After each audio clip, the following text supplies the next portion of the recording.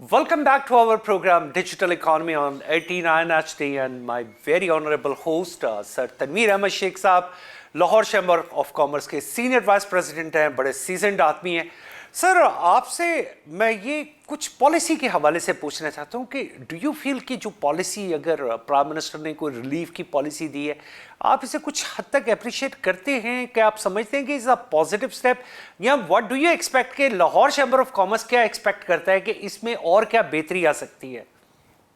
जी देखिए, हर चीज़ को जो है ना वो नेगेटिव नहीं लेना चाहिए, पॉजिटिव भी लेना चाहिए। मैं समझता हूँ बहुत ज़बरदस्त इनिशिएटिव लिया और हमारे पीएम साहिबा ने, और ये जो 4 रुपये समथिंग, जो कि मैं कहता हूँ थोड़ा सा फ़र्क है कि ये अगर टैक्सेस वगैरह को इसमें से माइनस करें तो इसका नेट शेल जो डिफरेंस आता है वो 2.90 का आता है। तो बहरहाल वो कहते हैं बारिश का पहला कतरा समझ कर ही हम इसको जो है पॉजिटिव ही लेते हैं, लेकिन गो कि अभी भी हम रीजन से बहुत महंगे हैं और इस वक्त बेशुमार ऐसी इंडस्ट्रीज़ हैं आमिर साहब जिनका कॉस्ट का 40 to 45% जो है वो इलेक्ट्रिसिटी जो है उसकी कॉस्ट का जो है हिस्सा है। तो उनके साथ अगर हम इस तरह की चीज़ करेंगे, जैसे आपकी टेक्सटाइल स्पिनिंग सेक्टर है उसमें जो है वो आपकी कॉस्ट का हिस्सा है मोर देन 45% इलेक्ट्रिसिटी, तो आप कैसे जो है वो आप ऐसे दुनिया के साथ इसको compete कर सकते हैं? तो मैं ये समझता हूँ कि जैसे आपका सवाल था कि लॉन्ग टर्म पॉलिसीज़ ही जो है इसका हल है sir. So being a senior vice president of Lahore chamber of commerce, कि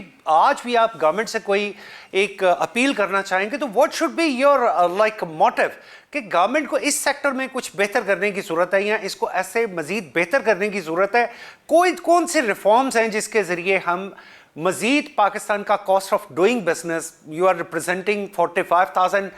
different markets and associations and the personalities, एक बहुत बड़ा आपके पास एक स्कोप है, तो आप बताइए कि आपका अपना गवर्नमेंट को क्या पैगाम देना चाहते हैं?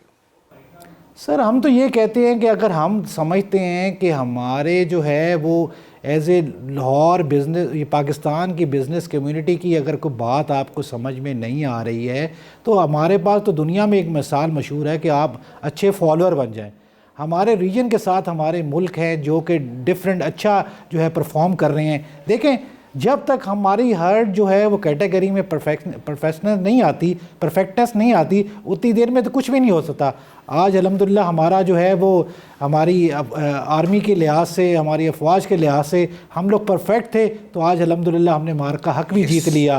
अब मार्का मईशत जीतने के लिए सर सिर्फ जो है ना वो एक फार्मूला जो है वो पहला फार्मूला ये है कि वो लॉन्ग टर्म पॉलिसी होनी चाहिए। हमें अब जो है चार्टर्ड ऑफ इकॉनमी पे काम करना है, 5 साल की 10 साल की। अगर हमने इस तरह की पॉलिसी और चार्टर्ड इकॉनमी पे काम कर लिया तो इंशाल्लाह मैं समझता हूँ कि हमारी विन विन सिचुएशन होगी। सर वो तो चार्टर ऑफ इकोनॉमी तो आप कह रहे हैं, लेकिन वो जो डिपार्टमेंट जो छोटी छोटी बात से आके एक अच्छी खासी इंडस्ट्री के मालिक को ये कह देते हैं कि हम तुम्हारे खिलाफ एक एफआईआर करने जा रहे हैं, और FIR for a very small and very nominal reason, और वही बंदा होता है जिसने ट्रैवल करना है पूरी दुनिया में। अब जब वो अपना करैक्टर सर्टिफिकेट लेने जाता है तो उसके बारे में ये जो एटीट्यूड है जो गवर्नमेंट डिपार्टमेंट का, क्या आपने कभी गवर्नमेंट से ये बात की कि ये डिपार्टमेंट्स को अपने रवैयों में तब्दीली की ज़रूरत है?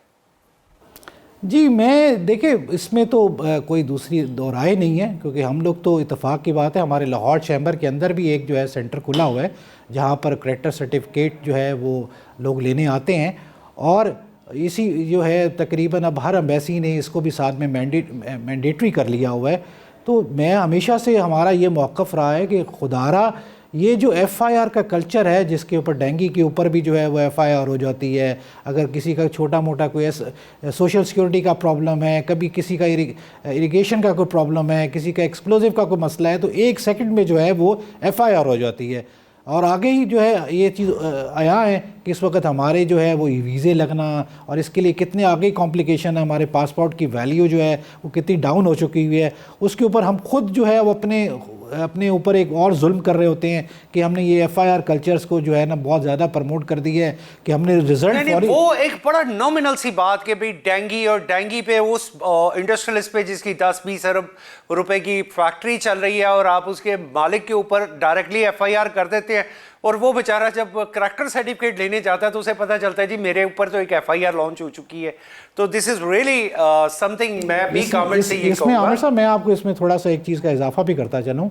کہ اول تو اس طرح کے اقدام کرنے کی ضرورت ہی نہیں ہے. اور ہمارے جو لاہور چیمبر کے نوٹسز میں یہ کافی چیزیں آ کے لوگوں نے کمپلین کی ہے کہ ان کو پہلا نوٹس بھی سرو نہیں کیا جاتا. اگر پہلے فیز کے اوپر اگر ان کو ایک نوٹس سرو کر دیا جائے اور اس کے بعد اگر کوئی اس طرح کے میس لینے ہیں تو پھر وہ سوچا بھی جا سکتا ہے. اور اس کے ساتھ اسے آپ ایک ڈائریکٹ تھریٹ کے طور پہ لے رہے ہیں کہ یہ تو پتہ بھی نہیں چلتا اور آپ کو پتہ چلتا ہے کہ آپ پہ ایف آئی آر ہو گئی. جی جی. اور دوسرا یہ ہے ہم نے تو ہمیشہ سے گورنمنٹ کے جتنے بھی ڈپارٹمنٹس ہیں ان کو یہ چیز آفر بھی کرائی ہے کہ اگر آپ یہ سمجھتے ہیں کہ اس طرح کی چیز آ چکی ہے کہ اب یہ ناگزیر ہو چکا ہوا ہے کہ کسی فیکٹری کو سیل کرنا ہے یا اس کو ایف آئی آر کے زمرے میں لانا ہے تو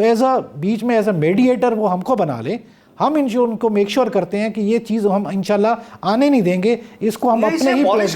ہم اس کے اپنے پلیٹ فارم سے ہی آپ کا یہ مسئلہ حل کروا دیں گے کیونکہ ہم بھی تو پاکستان کی ترقی کے ساتھ خواہاں ہیں. ہم تو جو ہے وہ کسی غلط چیز کو کبھی بھی پروموٹ نہیں کریں گے لاہور چیمبر کے لحاظ سے.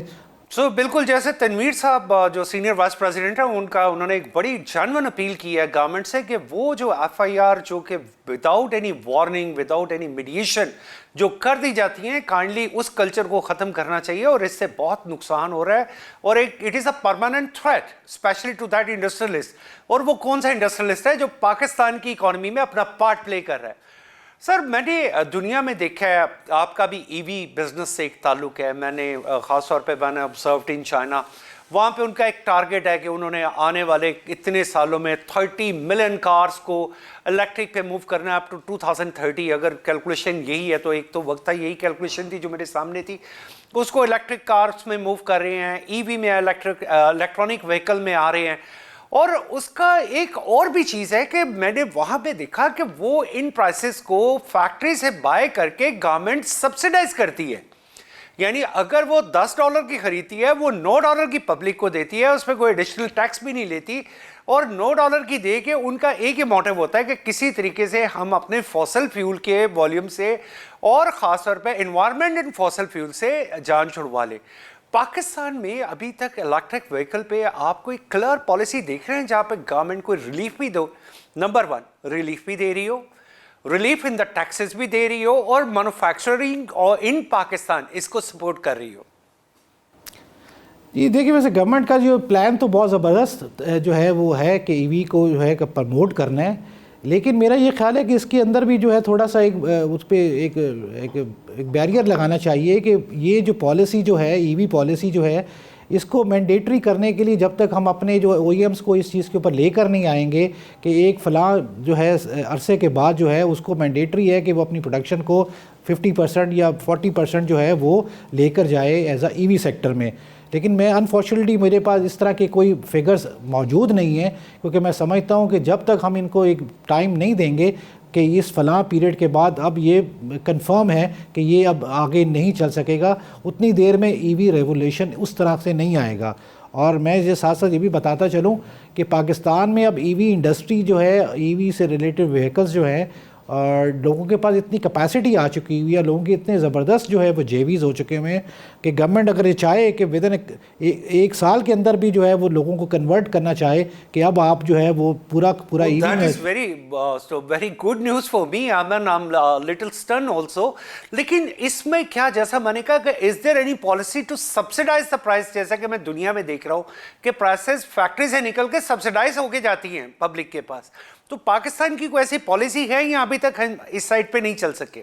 دیکھیں ابھی اگر ہم 2 ویلر اور 3 ویلر میں دیکھیں تو گورنمنٹ نے بڑی زبردست اسکیم پچھلے سال کے اینڈ میں جو ہے وہ سٹارٹ کی تھی پیو کے نام سے جس پہ انہوں نے جو ہے وہ سیلف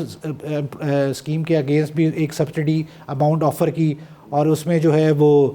جو اگر گورنمنٹ جو ہے وہ اگر اس پہ فنڈڈ کے ساتھ کیے تو اس کے اوپر بھی انہوں نے پے پالیسی میں لوگوں کو ایک سبسڈی دی تھی. لیکن میں سمجھتا ہوں کہ اتنا اس کا جو ہے ابھی تک امپلیٹیشن میں جو ہے تھوڑا سا ایک گیپ ہے. اس کی سپیڈ اگر تیز کی جائے تو میں سمجھتا ہوں ایز اے 2 ویلر میں تو بہت جلدی جو ہے وہ. تنویر صاحب ایک میں بات کاٹ رہا ہوں آپ کی خامی مجھے نظر آ رہی ہے کہ جب میں دیکھتا ہوں مختلف ممالک میں تو جتنی بلڈنگس نہیں بن رہی ہیں جتنے پیٹرول پمپ ہیں ہر جگہ پہ ایک چیز ہے جو وہاں پہ انگیج ہوتی جا رہی ہے اور وہ ہے وہاں پہ जिसे कहते हैं हर एक जगह पे इलेक्ट्रिक चार्जिंग सिस्टम मौजूद है, तो पाकिस्तान में मैं बाय लार्ज इस सिस्टम को नहीं देख पा रहा हूँ कि यहाँ पे क्या गवर्नमेंट का इंटरेस्ट नहीं है, गवर्नमेंट को समझ नहीं आ रही कि अगर आपने ईवी को मोटर बाइक की, टू व्हीलर या फोर व्हीलर की सूरत में भी लेके आना है तो आपको बहुत सारे इलेक्ट्रिक चार्जिंग सिस्टम्स बनाने पड़ेंगे।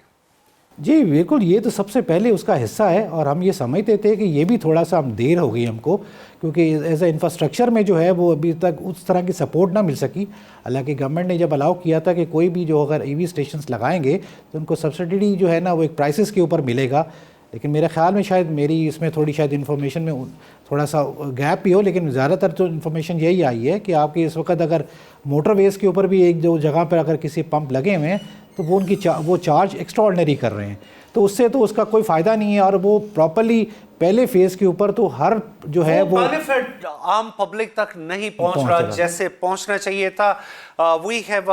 टाइम शॉर्टेज और मैं बहुत शुक्रिया अदा करता हूं सर तनवीर अहमद शेख साहब का, senior vice president Lahore chamber of commerce, और आपका host Aamir Ali on the TV show